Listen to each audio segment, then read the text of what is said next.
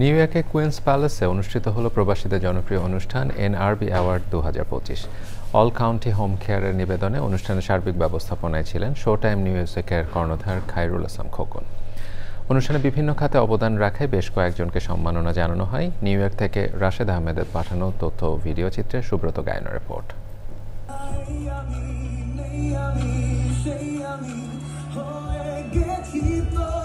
গান, নাচ, fashion show আর আড্ডায় যুক্তরাষ্ট্রের নিউ ইয়র্কের কুইন্স প্যালেসে অনুষ্ঠিত হলো প্রবাসীদের জনপ্রিয় অনুষ্ঠান এনআরবি অ্যাওয়ার্ড 2025।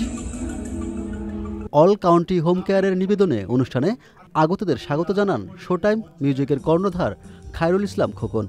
আশা করি আপনারা ভবিষ্যতে এভাবে আমাদেরকে সহযোগিতা করে উপস্থিত হয়ে আমাদেরকে উৎসাহ দেবেন। বাংলাদেশের ইতিহাস, ঐতিহ্য ও সংস্কৃতি বিদেশের মাটিতেও ধরে রাখার কথা জানান অতিথিরা। আমরা বাংলাদেশি, আমরা বাংলার কথা বলি, বাংলার সংস্কৃতি এখানে ধরে রাখার জন্যই এই অনুষ্ঠানের দরকার আমাদের।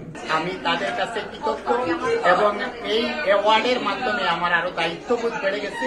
শিক্ষা, সংস্কৃতি, চিকিৎসা সহ বিভিন্ন খাতে অবদান রাখায় গুণীদের হাতে সম্মাননা তুলে দেন অতিথিরা। পুরস্কার প্রাপ্তদের মধ্যে রয়েছেন নুরুল আজিম, কামরুজ্জামান বকুল, শাহ মাহবুব, তিনিয়া হাসান, টিনা রাসেল সহ অন্যরা।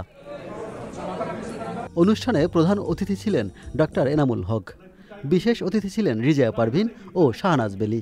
সম্মানিত অতিথি ফাহাদ সুলাইমান, মোহাম্মদ কাদের শিশির, নুরুল আমিন বাবু, নুরুল আজিম, ইস্তিয়াক রুমি ও ইঞ্জিনিয়ার মোহাম্মদ এ খালেক।